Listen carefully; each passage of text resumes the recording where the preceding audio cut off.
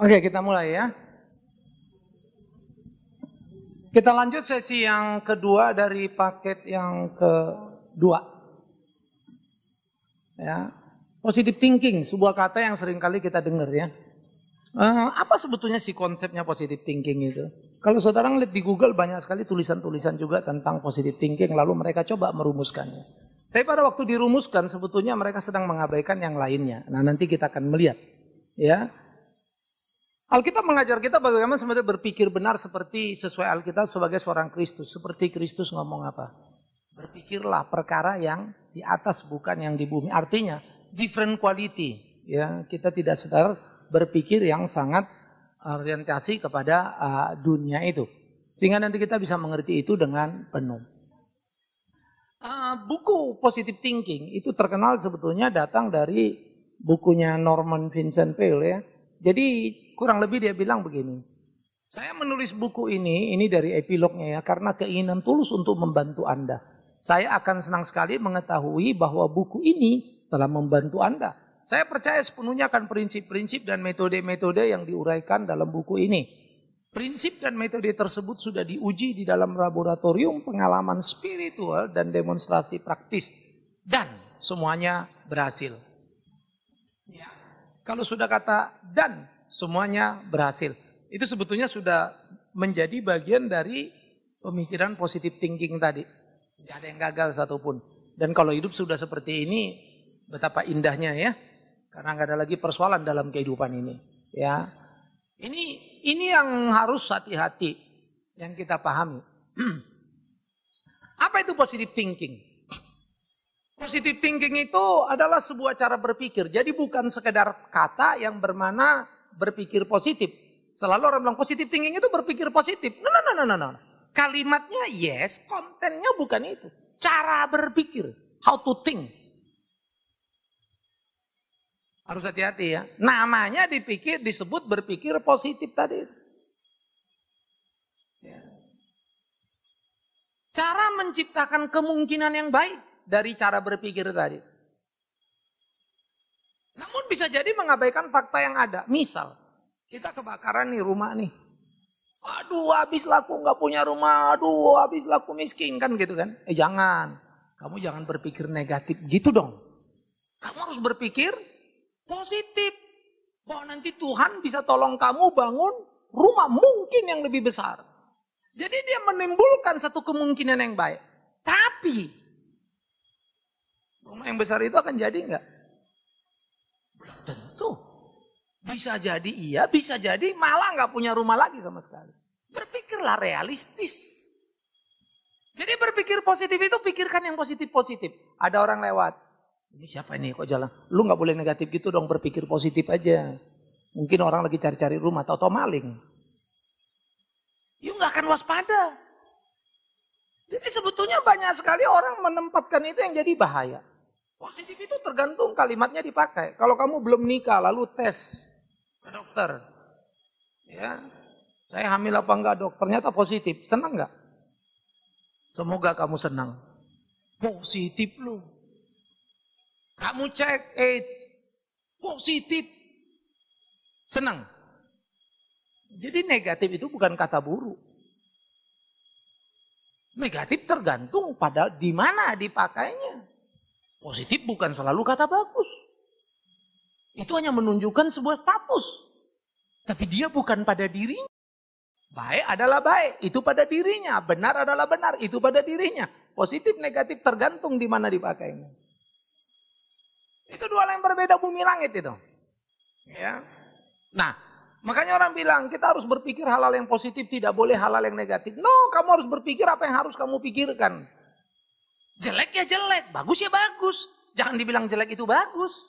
Supaya jadi positif. Nggak boleh. Curiga itu halal. Ingat ya. Maka kalau yang sudah menikah, suaminya rajin pulang pagi, curigalah. Oh, kita mesti positif pak, dia akan cari uang. Ya silakan. Udah tiap malam pulang pagi, begitu kejadian, heran pak ternyata suami saya punya selingkuhan. Nah lu udah tiap malam pulang gitu. Ya selama ini saya berpikir positif aja pak. Ya teruskan positifnya. Itu mungkin bukan teman selingkuhnya, cuman teman-temanan saja. Itu rawan. Ya. Saya coba mengutip satu di kalimat Google menarik, dia bilang begini. Ya. Berpikir positif itu ada kriterianya, benar, tak melanggar nilai-nilai kebenaran. Baik bagi diri sendiri, orang lain, dan lingkungan. Bermanfaat, menghasilkan sesuatu yang berguna. Itu pikiran positif. Kalau saya bilang pikiran negatif, ya, negatif yang benar tidak melanggar nilai kebenaran, yaitu curiga. Emang boleh? Nggak salah? Kan nggak salah kan? Saya ganti lagi, negatif. Ya, yaitu pikiran negatif itu baik buat diri kamu, orang lain, maupun orang lain untuk berjaga-jaga. Bermanfaat, sehingga kita terjaga dan tidak kecolongan. Apalah sulitnya mengganti itu dengan negatif? Understanding maksud saya ya? Jadi mau taruh kemanapun bisa. Kalau benar-benar pada dirinya ukurannya, bukan benar menurut kamu. Jadi ya, itu sebetulnya bumi langit. Tetapi memang cara berpikir ini sangat menghibur. Sehingga memberi orang gairah sekali berpikiran positif. Ya. Makanya menggunakan kata-kata positif. Kamu nggak miskin. Iya, saya nggak punya mobil. Kamu nggak miskin. Kamu cuma belum punya mobil. Loh ya, gimana? Oh, jadi kalau nggak punya mobil nggak miskin. Nggak boleh kamu berpikiran kamu miskin. Kamu nggak boleh bilang orang itu jelek. Kurang cantik. Loh ya, apa bedanya ya? Pasti tanya kurangnya banyak nggak? Banyak banget sih. Ya sama. Kita nggak boleh pakai kalimat negatif. Akhirnya kita menghindari apa? Fakta. Kamu memang jelek. Ya terima kamu jelek. Emang kalau jelek kenapa? Kalah sama orang cantik. Si cantik itu mata duitan. Kamu jelek? Enggak. Kecuali dia cantik mata duitan, kamu jelek juga mata duitan, ya susah mau ngomongnya kan gitu. Ya, jadi ini yang kita mesti perhatikan. Nah, jadi positive thinking itu adalah psikologi approach. Dia bukan teologi approach. Dia ECGC kalau dalam konteks Alkitab. Dia bukan eksegese Alkitab. Nah, nanti Norman Vincent itu memakai ayat-ayat itu untuk memasukkan ke idenya. Itu ECGC. Kalau ek itu Alkitab bilang apa, kita taruh keluar. Coba kalau Yesus bilang, sangkal dirimu, pikul salibmu. Ayo, kalimat negatif apa positif? Padamu dianugerahkan bukan hanya percaya, tapi menderita untuk dia. Ayo, kalimat positif apa negatif? Dari perspektif positif thinking, negatif semua itu. Buanglah Alkitab itu, memang itu isinya semua. Makanya orang-orang yang positif thinking itu nggak ada yang khotbah begitu. Haleluya, Tuhan sudah tolong kita. Dia sudah mati di atas kayu salib, dia sudah menderita untuk kita. Kita tidak akan menderita lagi. Waduh, asik ya. Karena dia sudah menderita untuk kita. Jadi di dalam bagian-bagian seperti ini, perlu sekali untuk kita berhati-hati memahaminya ya. Karena itu kalau positive thinking dibawa ke dalam khotbah di gereja, ingat itu bukan theological approach. Itu psikologi. Itu ECGC bukan eksegese. Nanti kita pas anak di persimpangan jalan sesi keempat akan belajar ya.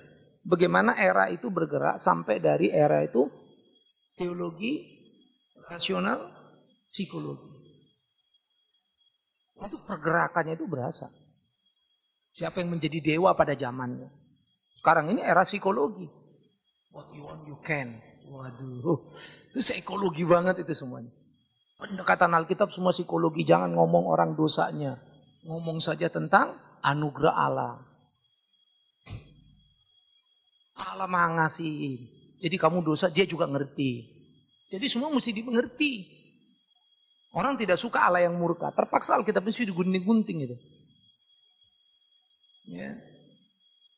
Maka Allah menurunkan apinya membakar Sodom dan Gomora. Negatif amat itu. Sadis.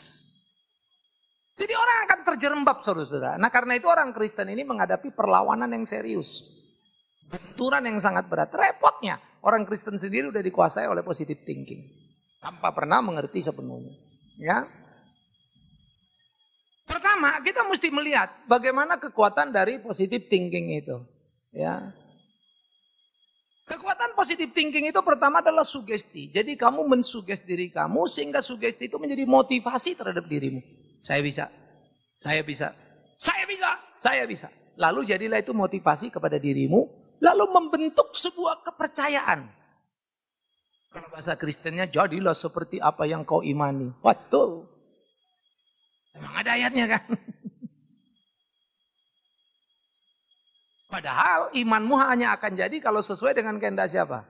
Tuhan, bukan semau maumu. Antara imanmu dan keinginanmu itu dua hal yang berbeda itu. Iman itu adalah takluk dan percaya penuh pada kehendak Allah. Maka Ibrani bilang, kita percaya segala sesuatu yang tidak kita lihat dari yang kita lihat dari yang tidak kita lihat.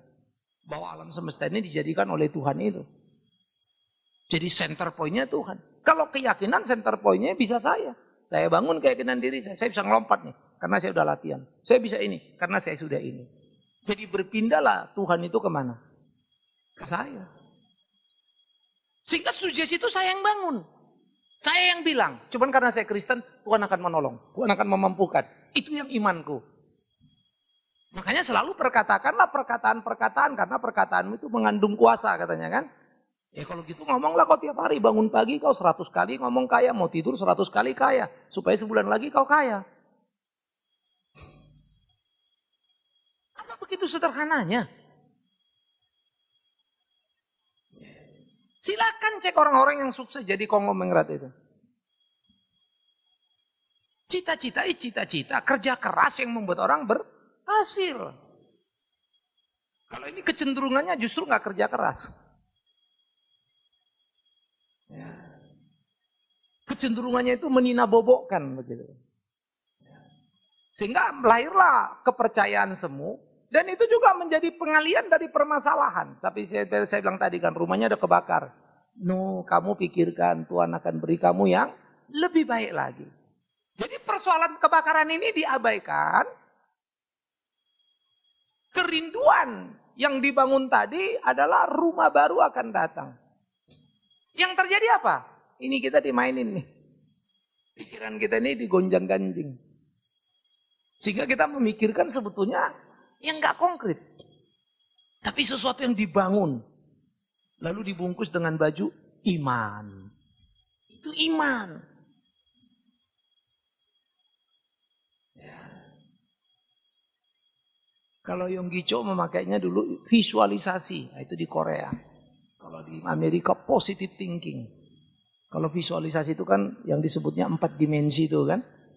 Nah padahal 4 dimensi sebetulnya itu bukan rohani itu. Itu Einstein. Dimensi 1 garis, 2 sudut, 3 ruang, 4 waktu. Itu Einstein itu. Kalau rohani itu multidimensi, beyond. Melewati itu. Sehingga kalau dia doa, kamu mau mobil, kamu bayangkan dapat mobil, mobilnya mesti bayangkan merek apa, tahun berapa, warnanya apa.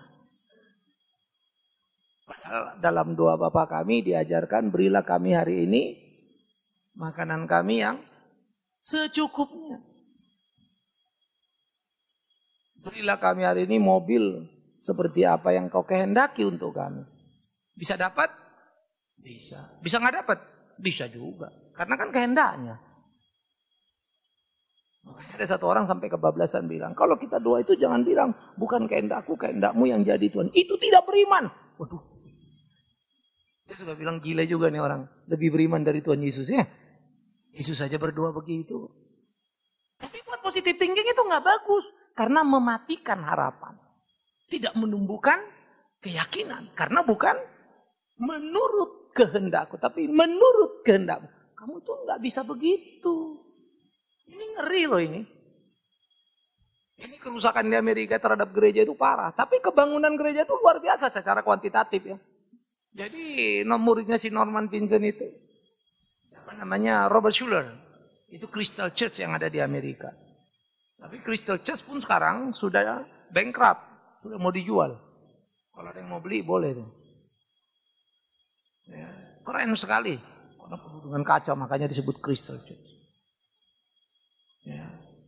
Nah dia sendiri muridnya menulis lagi satu buku. Lalu disebutnya apa? Potential Thinking. Kalau gurunya positive thinking, muridnya potensial. Baru guru sama murid itu udah adu-adu cari-cari ide lah. Alah usinya MIT itu juga. Miris ya. Nah makanya kita ini harus hati-hati sekali dalam hal-hal seperti ini. Ya. Jadi ingat, itu nanti akan berpusat kepada kekuatan diri. Maka dikatakan begini. Jadilah seperti yang kamu mau. What you want, you can. Apa yang kamu mau, kamu bisa. Ayo katakan, kamu bisa, kami bisa, aku bisa, aku bisa. Kan begitu tuh. Makanya kalau latihan di positive thinking itu gila-gilaan tuh. Yes, I can. Wah, semangat satu ruangan. Keluar, bangkrut lagi tuh. Kerja fail lagi tuh. Saya selalu bilang kalau positive thinking para motivator itu ngomong. Sudah 300.000 orang berubah kehidupannya mengikuti seminar ini. Mari kita bikin satu departemen baru, usulin ke DPR. Departemen positive thinking. Ya, biar maju semua Indonesia itu. Apa sulitnya? Tapi miris ya, memang sekarang ini terjadi tarik-menarik yang mengerikan sekali. Ini memang gak sederhana, karena memang sangat menarik sih. Sehingga banyak orang larut. Satu orang jalan ke gereja, nggak punya mobil, nggak punya apa. Oh kita orang kaya, kalau ngomong yakin setengah mati. Begitu kita lihat dia, gila ini orang. Oh kita mesti mengimani Pak. Saya sudah punya mobil. Lu mobilnya mana? Oh Tuhan belum kirim. Waduh Mak, kalau dibilang showroom belum kirim kan kita ngerti kan. Tanggal berapa mau dikirim, ini Tuhan yang belum kirim. Bingung pula lagi, oh apa nanti transportasi dari surga ke bumi itu pakai apa ya? Ya forwardernya siapa itu ya? Bisa yakin loh, sampai saya geleng-geleng loh. Pak, kita kan mesti yakin Pak, kita mesti memperkatakan itu Pak. Ya kalau kamu tanya saya, ya mungkin kamu dengar yang lain. Tapi kalau kamu tanya saya cuma bilang, bersyukurlah untuk apa yang ada padamu.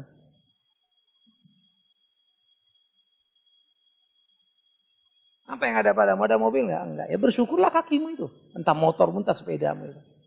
Mobil itu terserah Tuhan lah, Tuhan mau kasih apa enggak, nanti urusan nomor 5 itu. Cari dahulu kerajaan Allah dan kebenaran, semua akan ditambahkan kok. Ngapain kamu ribut? Tapi itulah realitanya. Karena itu sebetulnya positive thinking pertama kali ingat semangat siapa? Adam. Yang sekaligus menjadi titik kegagalannya yaitu ingin menjadi sama dengan Allah. Dan benih itu tetap bersemi pada manusia sampai sekarang ini. What you want you can. Kalau bahasa Kristen, jadilah seperti imanmu. Jadi apa-apa aja yang kau imani pasti jadi. Bodoh amat itu sesuai apa enggak sesuai kehendak Tuhan. Cuman bajunya, baju agama yang paling mengerikan itu kalau masuk ke Kristen. Diperkosalah ayat-ayat itu. ECGC. Bukan lagi XCGC. Padahal jadilah seperti imanmu itu adalah ketika orang itu menaruh harap penuh kepada Tuhan dan menyerahkan diri. Apa yang Tuhan mau jadilah padaku. Itulah iman. Makanya waktu si kepala seorang kepala pasukan itu yang punya hambanya sakit di rumah, ingat nggak? Udahlah Tuhan, nggak usah kau datang ke rumahku, asal kau kasih tahu saja itu sudah sembuh. Sama seperti aku punya atasanku suruh dan dia kerjakan. Sampai Tuhan bilang, inilah iman yang luar biasa. Belum ketemu kan iman seperti ini di Israel. Percaya pada apa yang Tuhan bisa lakukan. Bukan percaya pada apa yang saya inginkan. Itu bedanya tipis banget. Tapi luar biasa juga itu tolak belakangnya. Ya, itu positive thinking ya. Makanya kita mesti hati-hati sekali dengan hal-hal seperti ini. Pertama, apa yang dalam positive thinking cara kerjanya ini ya? Pertama adalah percayalah diri. Ya. Percayalah kepada diri sendiri, percayalah kepada pemauan dan katakan itu berulang-ulang. Kenapa ulang-ulang? Hah? Kalau dibilang berulang-ulang, menurut kalian kenapa berulang-ulang? Sugesti. Suggest yourself gitu kan. Jadi kamu terus ngomong kepada dirimu, terus bicara. Ya. Maka diambilnya Filipi 4 ayat 13 itu, segala perkara dapat kutanggung dalam dia yang memberi apa? Kekuatan. Segala perkara bisa kutanggung, segala perkara bisa kutanggung, ya katakan berulang-ulang. Padahal konteksnya itu bumi langit bedanya. Itu bagaimana Paulus melayani dan ketika kesulitan datang, dia mengatakan segala perkara kutanggung dalam dia, artinya melewati tanpa dana. Bukan akan datang dana. Nangkap ya? Kalau di sini nanti akan datang apa yang kuinginkan. Paulus justru melewati tanpa itu ada. Bumi langit bedanya. Itu konteks ayat ini. Tapi memang kalau dicomot, ya, segala perkara dapat kutanggung dalam dia. Segala perkara dapat, keren amat ya. Jadi saya yang mensuggest. Lalu saya tempelkan Tuhan pada diri yang saya yakini tadi. Karena kalau memang betul, tak perlu kau ngomong ulang-ulang. Ngapain kau ulang-ulang? Lakukan apa yang Tuhan mau. Malah Tuhan bilang kalau kau berdoa jangan seperti orang kafir itu kau berdoa. Mutar sini, mutar sana, kau ajari Tuhan. Sepertinya Tuhan gak ngerti apa yang kau mau. Karena ada doa itu kan yang dikritik Yesus kalau orang berdoa itu. Jangan berulang-ulang. Seperti alam itu bodoh gak ngerti. Tapi dia disuruh ulang-ulang karena dia yakin Allah bodoh dan gak ngerti. Saya bilang itu menghina Tuhan ini. Jangan hina Tuhan itu. Maka kalau nggak berulang-ulang apa? Kamu tidak bisa apa-apa. Loh, kalimat itu ya. Kamu tidak bisa apa-apa. Tapi sorry loh, kau memang nggak bisa apa-apa. Tuhan bisa apa-apa. It's not about you, it's about God. Antroposentris banget ya. Baru kita mestinya teosentris. Itulah positive thinking. All about you. Makanya sebetulnya kalimat positive thinking itu dalam iklan juga keluar. Jadi semua kalau kita baju-baju, all about you, all about you. Karena you are God. You are important. Dan kalau kita dikasih di posisi itu seneng, betul gak? Karena kita yang paling utama kan. Memang itu mimpi kita. Cocok sama bapak kita si Adam itu kan. Kita ulang terus dan kita ulang terus. Mengerikan loh. Cuma baju pengulangannya aja yang beda. Motifnya dikasih kembang-kembang dikit, bajunya mah itu lagi motif dasarnya. Bahannya itu lagi. Karena itu orang Kristen. Kenapa mereka mudah terjebak? Karena nggak belajar Alkitab baik-baik. Kalau belajar Alkitab baik-baik, nggak mungkin kamu terjebak. Kamu akan tahu Alkitab nggak bilang begitu. Alkitab nggak maksud itu. Ya. Nah, ini yang mestinya kita perhatikan, bagaimana kita memahami seluruh pemikiran-pemikiran seperti itu. Ya, itu cara kerjanya positive thinking. Ya, kekuatan datang dari mana? Dari diri sendiri. Ya, tetapi kalau Alkitab bilang kekuatan datang dari mana? Dari Roh Kudus. Makanya hati-hati, kalian bisa baca nanti ayat-ayat itu ya. Alkitab bukan mantra yang kalau dibaca berulang-ulang akan terjadi. Kekuatan bisa didapatkan bahkan di kelemahan sekalipun. Bukan karena diri tapi apa? Karunia ilahi. Saya suka Paulus. Ketika disakitnya dia merasakan apa? Kekuatannya. Mana ada orang bisa seperti itu? Sakitnya sakit mau apa lagi? Diterimanya sakit itu. Sebetulnya secara itu tidak positif dia berpikir. Kok sakit diterima? Tolak! Sakit bukan dari Tuhan. Aduh, Paulus dapat duri dari Tuhan, kok nggak dari Tuhan, bagaimana ceritanya itu? Ya.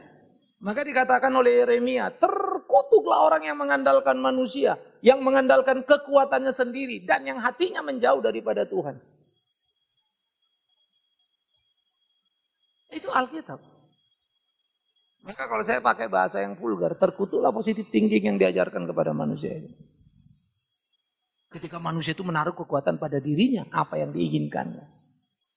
Kamu anak Allah, karena kamu anak Allah, kamu minta apa saja pasti bisa. Malah sekarang di Amerika sudah gawat lagi. Dulu kita adalah anak Allah, sekarang kita sudah besar, jadi Allah.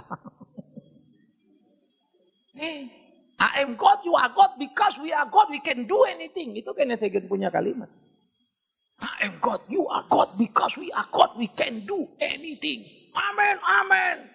Apa kau yang gak ada uang? Pegang dompetmu, dalam nama Yesus isi uang. Ini kan Yul dan Tuyul dan Bayul ini. Cuma Tuyul yang bisa mindahin itu isi duit. Masa kau angkat dompetmu dalam nama Yesus isi uang? Yang benar aja dong. Sangat demonstratif sih. Makanya kalau kalian lihat KKR mau kuasa sebelah sini, yang mau ini sebelah sini, waduh, edan. Pegang dompetmu. Lalu semua disuruh kasih persembahan. Nanti kembali katanya sekian kali lipat. Kasih 10.000. Nggak balik-balik duitnya.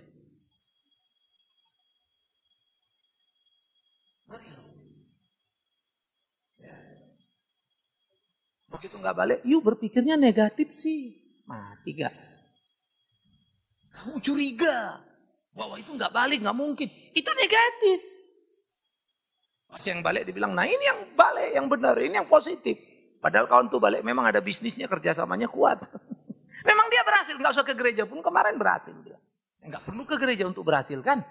Banyak orang dunia ini yang berhasil. Emang cuma kita yang sukses.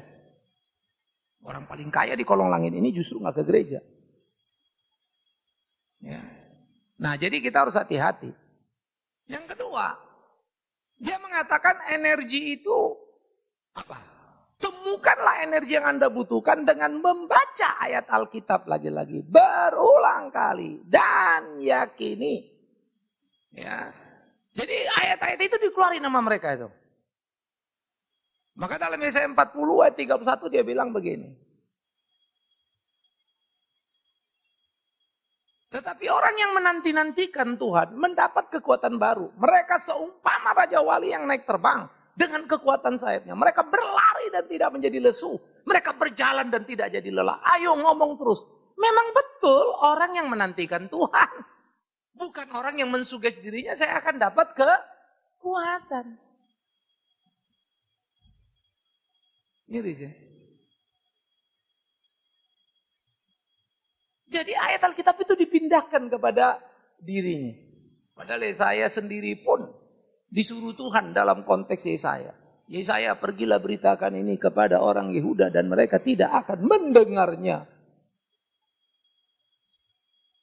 Negatif amat ya. Lalu Yesaya beritanya apa? Kalian akan dibuang ke Babel 70 tahun lamanya. Semua yang berpikiran positif bilang di pembuangan. Tidak, kita akan mendapat terobosan-terobosan baru. Tahun depan adalah tahun promosi. Waduh, tahu promosi apa? Kita akan kembali ke pembuangan. Marah Yeremia, lalu Yeremia tulis. Terkutuklah nabi-nabimu itu, penipu itu semua. 70 tahun kalian di situ. Dibilang 70 tahun kan orang Yehuda di Babel bengek kan. Dan bilang besok tahun terobosan kan demen. Jadi semua orang gak suka Yeremia, demen nabi-nabi palsu itu. Sampai sekarang. Emang kenapa sih kalau kamu dibuang 70 tahun? Yang jadi masalah itu kalau Tuhan bukan Tuhanmu. Ya. Oleh karena itu, cara pola mengulang-ulang, cara pola memperkatakan itu. Sebetulnya tanpa kita sadari, apa kabarnya? Luar biasa, luar biasa, luar biasa. Itu kalimat betul. Saya kalau sama teman-teman kalau lagi mimpin pujian saya geleng-geleng. Apanya yang luar biasa? Lo teriak-teriak luar biasa, habis itu juga lo lapar lagi. Sumpek lagi. Jadi kita kayak memanipulasi di kebaktian. Tapi pada semangat Pak, ya iyalah. Apa juga semangat kalau orang emosinya dibangun. Suruh main bola aja semangat, gak usah pakai doa. Ayo anak-anak main bola, langsung semangat semua itu. Lapar pun lari dia. Apakah sulitnya membangun itu? Ya. Kalau bilang cuma semangat nonton film pun kita rame. Jadi membangun sesuatu yang semu. Bukan tidak boleh membangunkan semangat. Tapi banyak kalimat-kalimat yang tepat yang bisa kita bangun. Ya, memang kita ada kebiasaan sih konser. Maka masuklah kita semua. Tapi kita selalu ngukur respon orang bagus kan gitu kan. Wah respon orang bagus tuh Pak. Loh, ini sekarang respon orang. Atau yang Tuhan mau. Tuhan khotbah banyak yang bubar. Yohanes 6 itu kan. Terlalu keras perkataanmu guru. Maka banyak orang yang meninggalkan Yesus. Dan murid-muridnya pun pergi. Karena terlalu keras dia mengajar. Hasilnya Yesus disalibkan. Artinya apa? Negatif. Yesus itu negatif. Makanya dia disalib. Ya. Ini yang kita memang mestinya betul-betul memahami.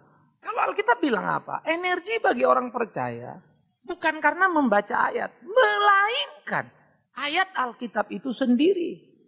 Bukan diambil dari situ, tapi Tuhan beri kepada kita.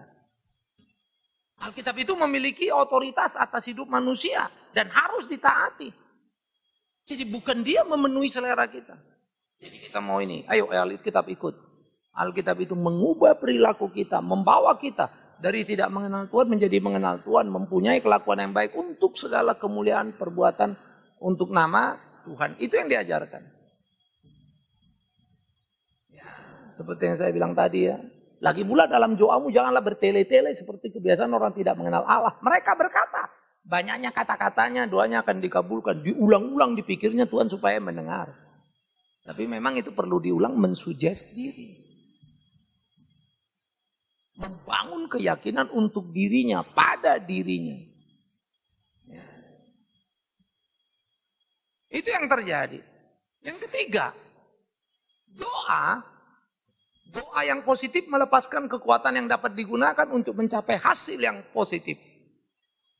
Maka doa itu bisa mengubah rencana Tuhan. Lihatlah Hizkia. Dia berdoa saudara-saudara. Mestinya mati. Tuhan berubah pikiran. Lalu disuruhnya Yesaya datang lagi. Hizkia, umurmu ditambahkan oleh Tuhan. Tapi lupa dia. Jangan berhenti di situ. Gara-gara tambah umurnya yang diinginkan Hizkia. Jangan lupa.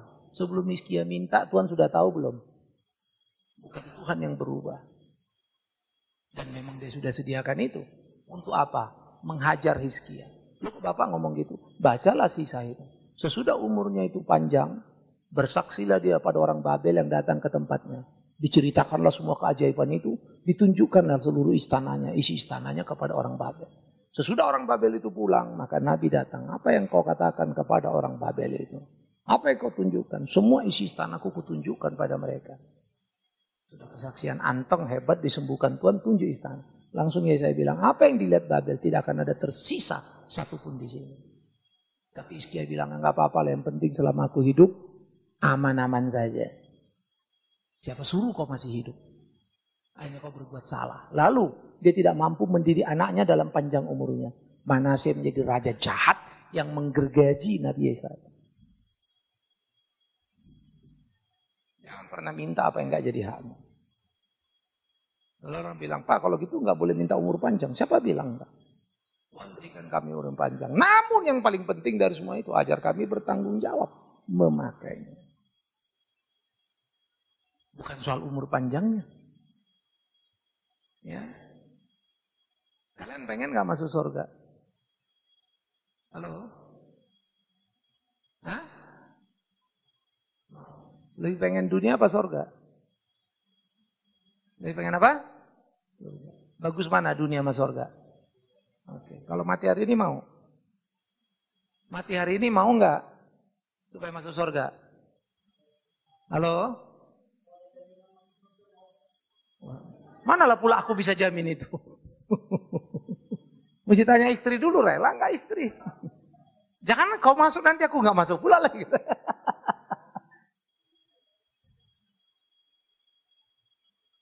Sebetulnya kita ini konflik batin kan.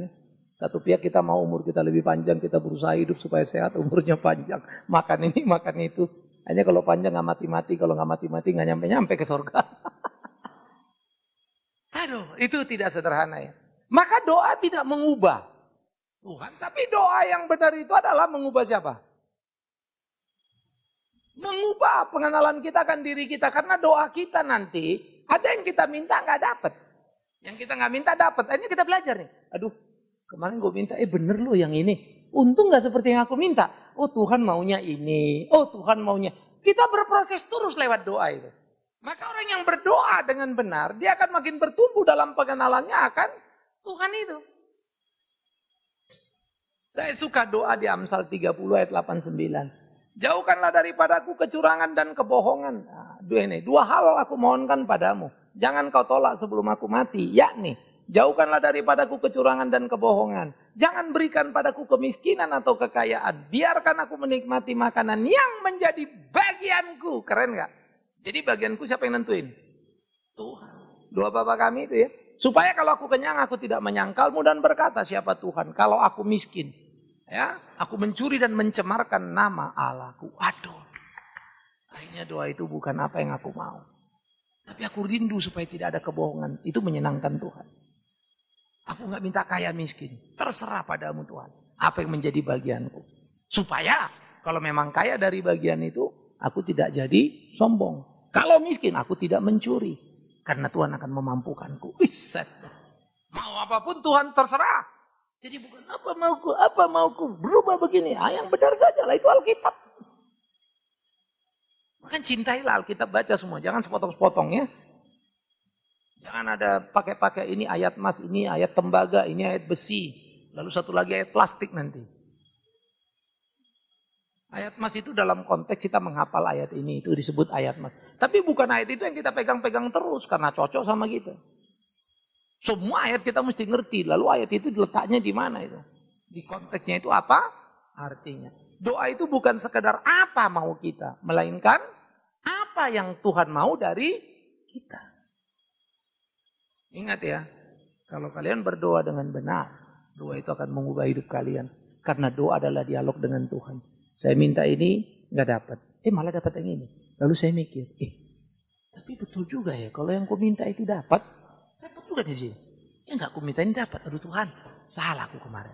Mestinya bukan itu, yang ini nih. Next kita belajar lagi. Ya, makin mengerti kehendak Tuhan itu. Nah, ini yang harus kita terus memperhatikan di dalam kehidupan kita. Ya. Apa itu iman? Visualisasikanlah apapun yang Anda inginkan, maka dengan iman Anda akan mendapatkannya. Jadilah seperti yang kamu mau. Wes, keren ya. Lalu dia mengutip dari Ibrani pasal yang ke-13 ayat 8 dikatakan begini. Jadilah seperti apa yang kamu mau. Kenapa? Karena Yesus Kristus tetap sama kemarin, hari ini, sampai selama-lamanya. Percayalah itu dan itu akan menjadi kekuatan bagimu. Memang betul sih Yesus persis sama. Dulu, sekarang, sampai selama-lamanya. Termasuk Yesus itu sama. Dia mau kita seperti dia menderita dan disalibkan. Mau enggak? Jangan cuma sama, kenapa? Mujizat, dia menyembuhkan orang sakit, dia bikin ini. Itu yang diangkatnya. Dia lupa, dia juga ngomong, sangkal dirimu, pikul salibmu. Dia lupa, kalau kau melayani katakanlah aku hanya hamba. Dia lupa semua itu. Yang cuma diajarkan jalan di atas air, bisa apa? Jadi. Jadi seperti itu saudara-saudara. Orang kenal Yesus itu jadi Yesus yang salah mereka kenal. Yesus Sinterklas. Yesus dukun yang mereka kenal. Karena kuasanya itu lebih diarahkan ke perdukunan. Hebat, sakti, mandraguna. Padahal si mandra aja masuk penjara ya. Tak berguna. Jadi hati-hati kita ya. Jadi iman itu tidak seperti itu. Yang saya bilang tadi visualisasikan kan. Tuhan minta mobil Mercy tahun segini, begini. Tapi ada saudara bilang, iya Pak, selama ini saya doa. Tuhan berikan aku seorang istri yang tinggi, putih dan cantik. Supaya memperbaiki keturunan.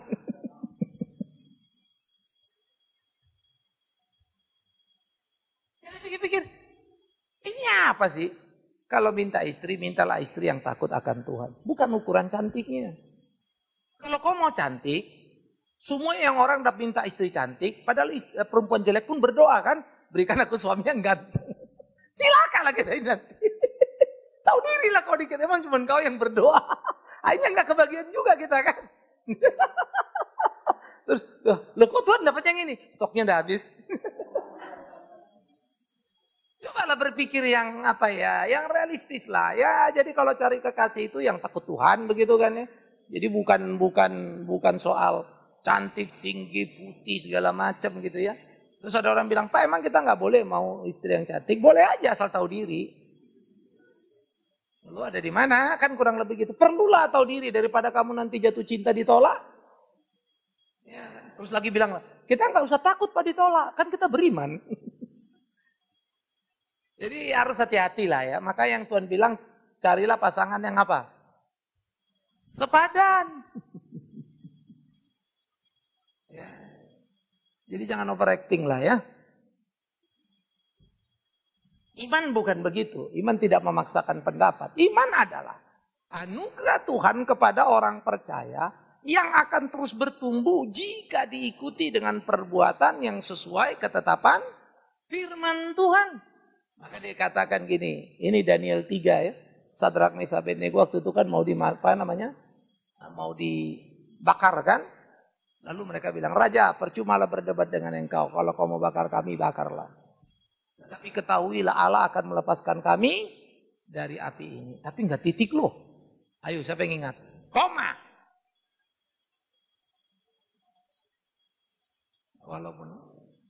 Namun kalaupun kami mati, apa? Allah tetap Allah. Kalaupun negatif amat itu. Ini bukan soal apa yang aku mau. Tuhanku mau. Dan aku percaya. Ketetapan Tuhan baik bagiku. Termasuk matiku. Itu Kristen saudara-saudara.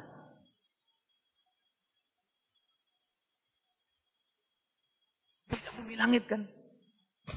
Sekarang kita udah sering kan di mana-mana ya. Jadilah seperti yang kau mau. Ayo yakinkan dirimu. Pegang dompetmu. Pegang mobil kalau kau lewat. Alam namis jadi mobilku. Kalau mobil itu hilang kau yang kucari nanti. Kemarin si Anu yang pegang-pegang mobilmu. Lapor kantor polisi ya. Sering begitu. Orang gedung dipegang dikelilingi. Dalam nama Tuhan Yesus. Biarlah gedung ini berpindah tangan. Menjadi milik kami. Doa Yabes melebar ke kiri ke kanan. Supaya rumah di kiri dijual, rumah di kanan dijual, didoakan. Cuma satu caranya, miskin orang itu. Baru kita beli. Jahat banget kau ya. Kalau memang Tuhan kasih rezekimu, ya puji Tuhan. Tapi jangan pula karena yang sebelah jual karena jatuh miskin lalu kau dapatkan jadi harganya bagus misalnya. Jangan harap itu. Tapi kalau ada rezeki itu, ya urusan Tuhan. Tapi itu bukan doa kita. Bukan iman kita ya. Ya. Jadi belajar mengerti, belajar mengenal Tuhan itu menjadi sangat penting. Nah godaan dari positive thinking ini apa? Bajunya Kristen. Berbaju Kristen memenuhi seluruh keinginan diri. Bertolak belakang dengan iman Kristen. Yang mengajar umat apa? Sangkal dirimu, pikul salibmu. Tapi memang khotbah seperti itu udah gak laku sekarang. Ya di gereja ini kita mau abadilah konsisten dalam sikap ya memang Alkitab bilang itu ya ada berkat-berkat, hukum ya kita mesti beritakan bebarengan. Bagaimana hidup kita dibentuk, digarap oleh Tuhan seperti yang Tuhan mau. Ya. Bahwa itu berisiko, udah pasti. Karena orang tidak akan suka. Tidak cocok dengan market. Ya. Ini yang kita harus hati-hati. Jadi, ini penting dijaga. Oh, kok gak ada yang di sini ya? Oh, saya tambahin satu ya. Mungkin masuk kali ya. Ya. Satu lagi, 2 Timotius 4 ayat 2 ya. Sehingga positive thinking itu pendeta pun menjadi apa? Pendeta pun menjadi apa? Ayo dong yang banyak-banyak di luar itu. Motivator. Saudara yakin? Coba lihat gaya itu gaya motivator semua.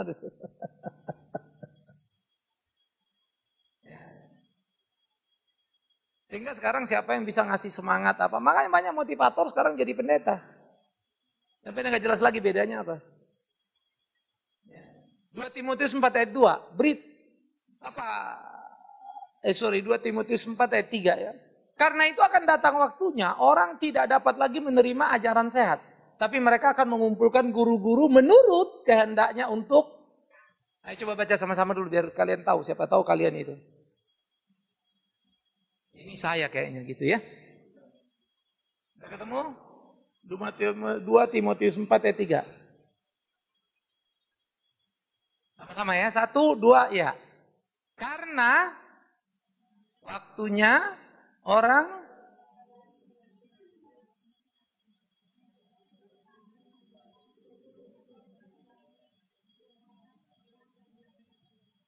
jadi itulah yang terjadi pada saat ini. Ngeri ya. Orang gak mau lagi, tapi memang Paulus ini bagi saya itulah Alkitab ya. Nggak usah kaget. Pak, orang kok gini ya? Kok nggak mau gini? Memang Alkitab udah bilang kok. Kenapa kamu kaget?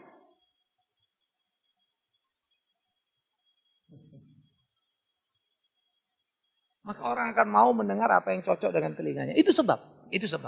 Ketika kalian di sekolah minggu, tanamkanlah dasar-dasar prinsip ajaran sehat itu di situ. Supaya mereka mencintai itu dan tidak terjebak pada apa yang mereka suka. Clear ya? Itulah posisi strategis mendidik anak itu. Oke, kita masuk ruang tanya jawab sekarang. Siapa yang mau tanya sebelum kita istirahat makan siang? Ya ke belakang, Andre. Pak, mau nanya Pak, kalau dalam konteks di Matius 17 ayat 20 itu Apa? Matius 17 ayat 20 yang ia berkata kepada mereka, karena kamu kurang percaya, sebab aku berkata kepadamu, sesungguhnya sekiranya kamu punya iman sebesar biji sawi saja, kamu dapat berkata kepada gunung ini, pindah dari tempat ini ke sana. Jadi pengertian ini apa Pak? Jadi sebenarnya gunung ini. Sampai sekarang belum ada orang berdoa gunung pindah. Dari sejak Nabi sampai Rasul. Itu dulu ya. Tapi itu mengungkapkan betapa luar biasanya iman itu kalau kamu beriman. Ternyata memang murid-murid itu fail karena waktu Yesus disalib mereka lari semua. Imannya musnah. Itu sebab. Saya suka satu kalimat. Iman yang besar bisa memindahkan gunung. Tapi iman yang sejati, percaya sekalipun gunungnya nggak pindah. Nah, kalian pilih mana? Ayo sama-sama ya. Iman yang besar, sama-sama 1, 2, 3. Iman yang besar bisa memindahkan gunung. Tapi iman yang sejati tetap percaya sekalipun gunungnya nggak pindah. Itu tadi Sadrak Mesyak Abednego itu kan. Tuhan bisa lepaskan kami dari api ini. Tapi kalau tidak, Tuhan tetap Tuhan. Nah ini dipelintir. Jadi saudara-saudara, kalau kita mau berdoa, gunung itu bisa pindah. Nah, doalah kau situ. Tapi memang pernah kejadian dalam cerita sekolah minggu di Jepang. Pas gurunya cerita ayat ini. Nah mereka itu tinggal di satu desa di balik gunung. Jadi kalau pagi itu nggak pernah dapat matahari. Bertiup timur itu kehalangan gunung ini. Bukit ini. Jadi mereka di bawah itu tinggal. Nah, lalu dia bilang, ibu kenapa kita nggak doa supaya gunungnya pindah? Mataharinya kan bersinar. Ada gurunya kebingungan habis ngajar. Kelimpungan lah ini guru. Mau apa ini? Hanya ya udah, tapi dia bingung kan. Mau bilang enggak, udah dia cerita. Ya udah kita doa gitu. Doalah mereka. Tapi yang menarik ya. Satu waktu daerah itu memang kan berbukit-bukit ya, keren. Dapatlah itu daerah jadi mau bikin resort. Dibabatlah gunung ini. Dapatlah matahari sebelah sedikit. Wah murid-murid senang, Tuhan menjawab doa kita. Gurunya gantian bengong. Tapi bukan gunung itu pindah. Understanding ya? Tuhan baik. Sebetulnya di tiap hidup kita itu sebetulnya saudara. Berapa banyak batu penghalang yang menghantam kita. Tapi kita nggak pernah lihat. Ketika batu itu pinggir kita nggak pernah bersyukur. Coba kalian lihat hidup kalian tiap hari. Iya kan? Karena itu ya. Iman sebesar biji sesawi membuat kita percaya Allah bisa apa saja. Tapi iman sebesar biji sesawi tadilah mau mengatakan iman yang sejati. Enggak terjadi pun dia percaya itu Allah mau. Jadi bukan memaksakan kehendak menjadi jadi. Nah itu kalau orang positive thinking pakai ayat itu paling gila tuh. Gunung aja bisa pindah apalagi mobil orang. Kalau ada bahaya positive thinking, apakah ada juga bahaya negative thinking? Pertama, positive thinking itu bukan soal kalimat lalu dikonfrontasi dengan negative thinking. Sebetulnya kan positive thinking itu adalah cara berpikir. Nah orang seringkali berpikir negatif, itu sebab kita bilang, negatif itu apa? Kamu curiga sama orang, kamu paranoid, itu memang banyak orang begitu ya, itu jelas salah dong. Nggak usah kita bilang itu namanya negatif thinking. Tapi kalau ada orang patut dicurigai, perlu gak dicurigai? Perlu. Makanya itu waspadalah. Curigalah pada apa yang patut kamu curigai. Tapi jangan mencurigai semuanya. Itu parno namanya itu. Paranoid. Ada orang paranoid? Ada. Apa orang bikin, wah dia ngomongin saya tuh. Padahal orang lain ngomongin lain loh. Nah itu psychological problem. Understanding ya? Jadi istilah negatif thinking itu aja kalau tanya apa yang kamu maksud dengan negatif? Itu masih menjadi pertanyaan loh. Sehingga itu namanya negatif thinking. Makanya saya bilang tadi, emang curiga nggak boleh? Emang was-was nggak boleh? Kalau itu kriterianya negatif kan kacau balau kita kan? Itu seperti saya bilang juga tadi. Ini bukan soal positif dalam arti kata positif thinking, berpikir positif. No. Cara berpikir. Ya. Maka kembalikan lagi kalau gitu kita cara berpikir Kristen mana? Berpikirlah dengan benar. Dosa ya dosa, benar ya benar. Jangan lebih, jangan kurang. Itu harusnya posisi kehidupan kita sebagai orang percaya. Ya. Pikirkan perkara yang di atas kita tidak lagi bisa self-oriented ya. Atau sekedar memperhatikan apa dunia ini mau. Tapi bagaimana kita memikirkan apa yang Allah mau. Good, ada lagi?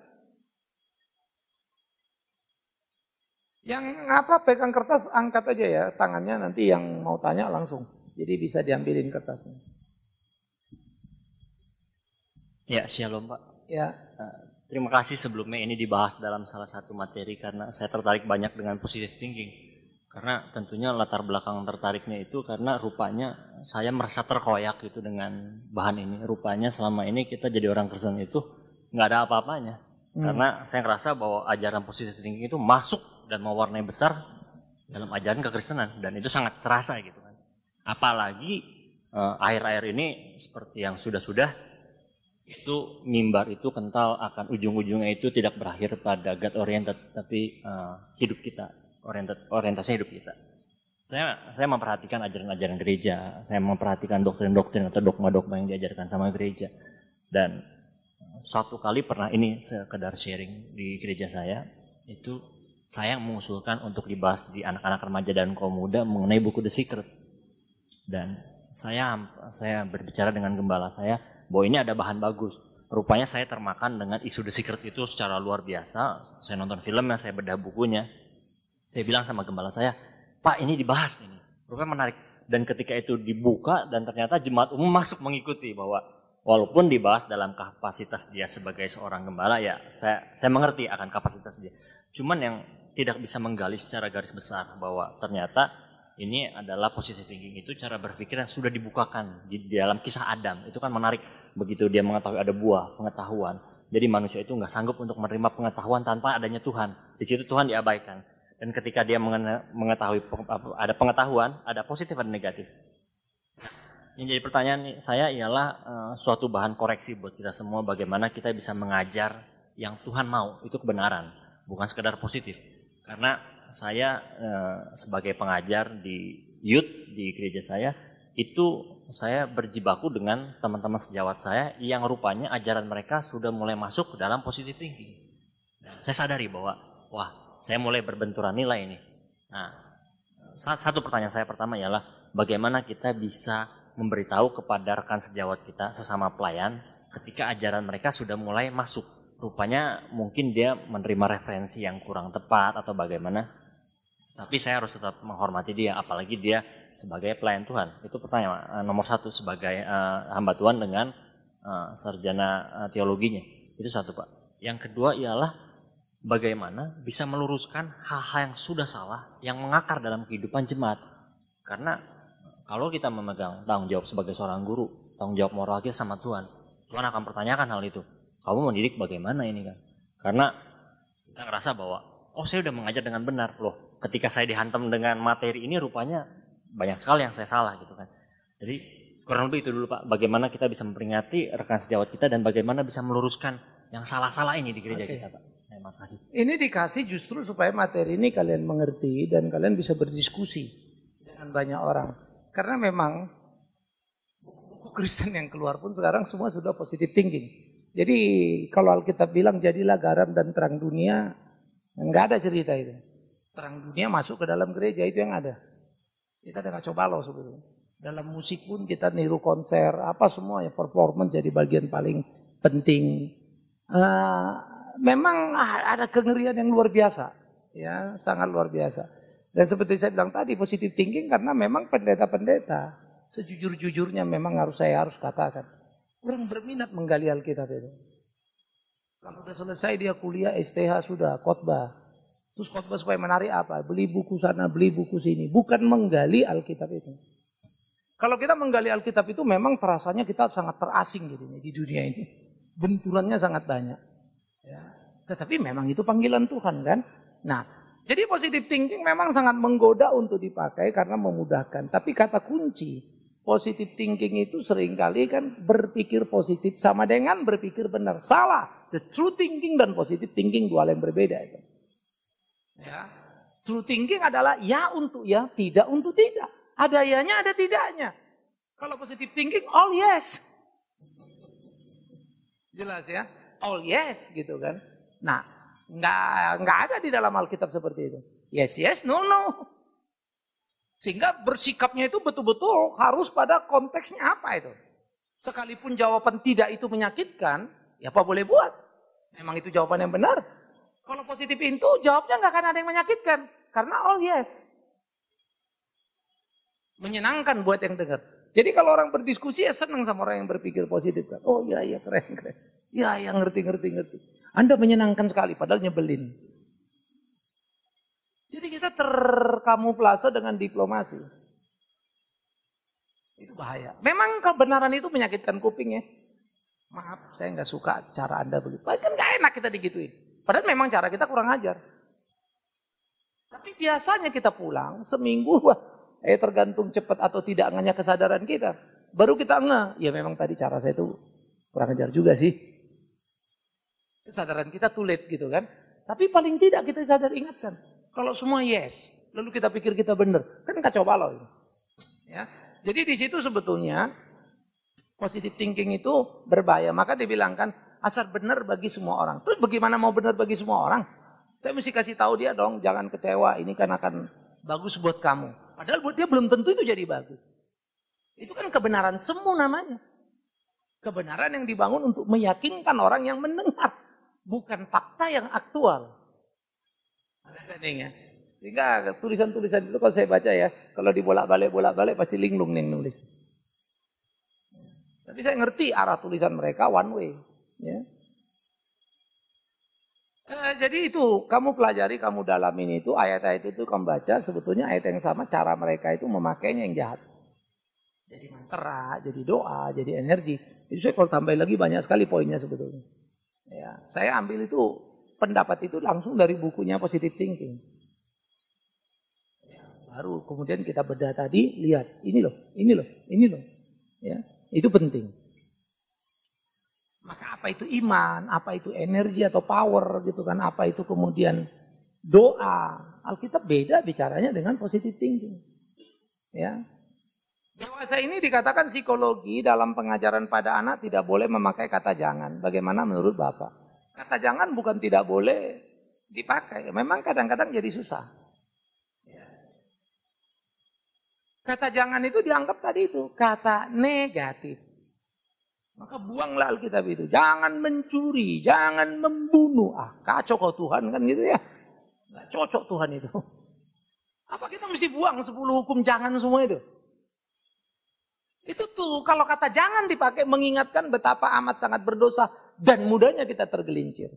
Cuman kalau PB memang agak sedikit lain lagi dia deketin. Haruslah kau begini, haruslah kau begini, haruslah kau. Tapi dua-dua nggak bisa diabaikan. Jangan ke situ, harus ke sini. Jangan itu, harus begini. Jangan gini, harus. Maka di PB pun mencuri, jangan lagi mencuri. Ya kan? Jadi kata jangan bukan kata yang salah itu. Nggak boleh pakai kata jangan. Kalau gitu kita hapus saja nanti dari kamus kita ya. Jangan dipakai lagi kata jangan itu. Penting. Tapi memang positive thinking begitu dalam pendidikan masuklah. Anak itu nggak boleh dibilang jangan. Jadi anak itu nggak pernah belajar salah dia. Kalau dia lakukan sesuatu, mestinya dia tahu. Kenapa nggak boleh? Ini nggak boleh. Jangan bikin ini karena gini. Yang harus kamu bikin ini. Dua-dua dong kamu mesti ngomongin. Understanding ya. Padahal orang ngajar pun pada akhirnya nanti dua-dua juga dipakai. Cuma dia ganti-gantilah kata jangan itu. Sama seperti saya bilang tadi. Jelek? Enggak jelek, kurang cantik. Bodoh? Enggak bodoh, kurang pinter. Mungkin pusing lah kita, kurang pinter itu apa namanya? Ya bodoh juga kan? Mumet-mumet kita dibikinnya muter-muter. Ini kan basa-basi sebetulnya.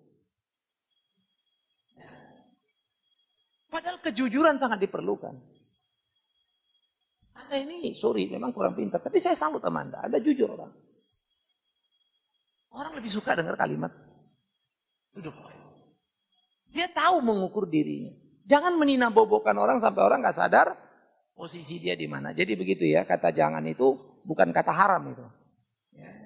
Tetapi memang dalam pendidikan modern jangan, mukul nggak boleh. Itu nggak boleh. Semua juga nggak boleh. Alkitab itu salah semua itu. Nah ini panggilan kita orang Kristen, kita berdiri. Anak kita didik. Dan beres. Makanya sekarang anak-anak itu yang makin down. Amerika juga makin terjun bebas sekarang. Udah kebingungan lagi generasi. Tahun 50-an saja sudah ada lost generation. Ya. Namanya X generation. Masuk tahun 2000. 1950 lompat ke 2050-an. Sekarang Yankee dari Yankee ya, Y generation. Nah, Y generation itu adalah generasi yang disebut Mayantara. Kalau sini Dirgantara hidupnya drag apa segala. Ini Mayantara ini. Mayantara itu artinya udah internetan gitu ya. Orang berinteraksi dengan komputer, tahu-tahu bisa jadi Batman ditembakinnya orang. Makanya anak itu permainannya banyak macam-macam loh. Ada permainan detektif juga kan. Kita pilih kita jadi pemburunya nembakin orang. Ada gamenya. Masuk ke otak itu anak. Sampai dia nggak bisa bedakan mana dunia real sama game ini. Karena tiap hari interaksinya ke sini. Ya. Yang terakhir, apakah perbedaan positive thinking dengan negative thinking? Saya harus jawab. Apa yang dimaksud positive thinking? Apa itu negative thinking? Nah, jangan terjebak. Understanding ya? Karena positive thinking itu sebetulnya bukan berpikir positif dalam konteks arti kata, tapi cara berpikirnya. Memang ini kita ketipu selalu. Dan positif tidak selalu bagus. Harus ingat dulu ya. Positif pun bisa jelek, tergantung di mana dipakainya, kan begitu.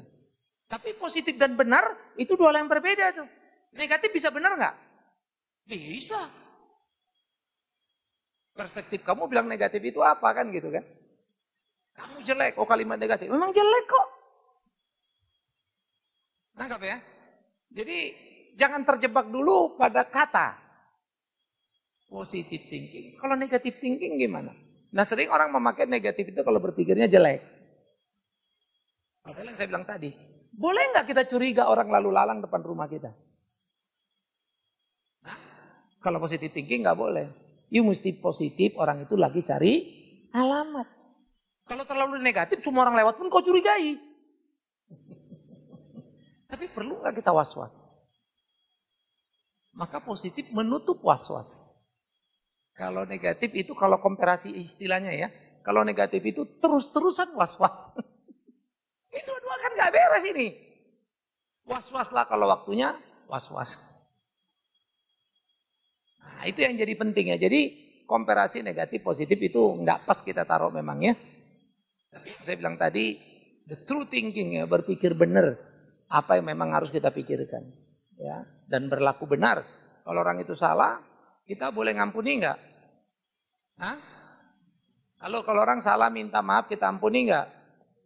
Bukan karena kamu berpikir positif, positif lah dia itu nggak salah. Bukan.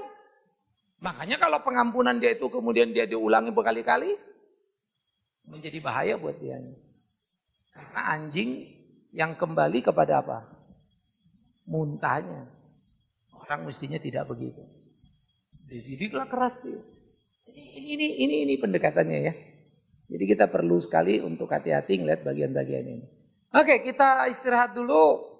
Makan siang ya, kita doa. Siapa yang doa? Makan siang.